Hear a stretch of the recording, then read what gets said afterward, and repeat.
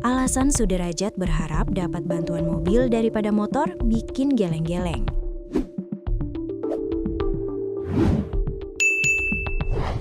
Pedagang es gabus yang viral dituduh menggunakan bahan spons, Sudrajat 50 tahun, semakin bikin geleng-geleng publik atas sejumlah pernyataannya. Terbaru, Sudrajat mengeluhkan bantuan motor yang diberikan Kapolres Metro Depok, Kombes Pol Abdul Waras. Ternyata, Sudrajat berharap ia mendapat bantuan mobil daripada motor. Semakin bikin geleng-geleng setelah Sudrajat mengungkap alasannya menginginkan dapat mobil. Dalam perbincangan tersebut, mulanya sang host, Rian Ibram, menyinggung soal motor pemberian Kapolres. Kemarin Pak Kapolres Metro Depok sudah datang ke rumah Pak Sudrajat. Dapat motor katanya Pak ya?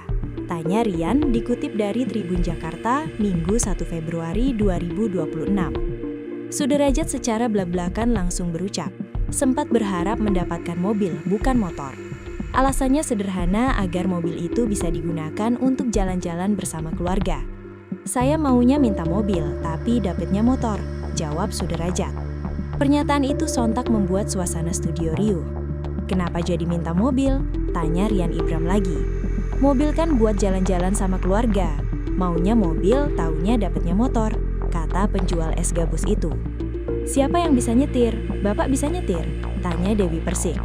Kan sama anak nyetir, jawab Sudrajat. Hingga akhirnya Dewi Persik mengingatkan pentingnya bersyukur atas rezeki yang sudah diterima. Alhamdulillah, kalau bersyukur nanti rezeki lain datang lagi, ucap Dewi Persik sambil tersenyum. Sudrajat masih mengeluh tak punya uang setelah diberi bantuan puluhan juta oleh Gubernur Jabar Deddy Mulyadi. Boro-boro, sekarang masih nganggur, kata Sudrajat kepada Deddy Mulyadi dikutip dari Tribun News Bogor, Jumat 30 Januari 2026. Rincinya 5 juta untuk modal usaha, 10 juta kontrakan, dan 20 juta upah pekerja yang merenovasi rumah Jajat di Kampung Rawapanjang, Bojonggede, Kabupaten Bogor. Sebenarnya bukan hanya dari Deddy Mulyadi saja, Jajat juga menerima bantuan berupa uang, sembako, motor, sampai umroh gratis. Meski sudah mendapat banyak bantuan, namun Jajat tetap mengaku tidak memiliki uang. Deddy Mulyadi sontak menyemprot ucapannya tersebut. Menurut orang nomor 1 di Jabar itu, bantuan yang diberikan bisa menjadi modal dan semangat usaha baru.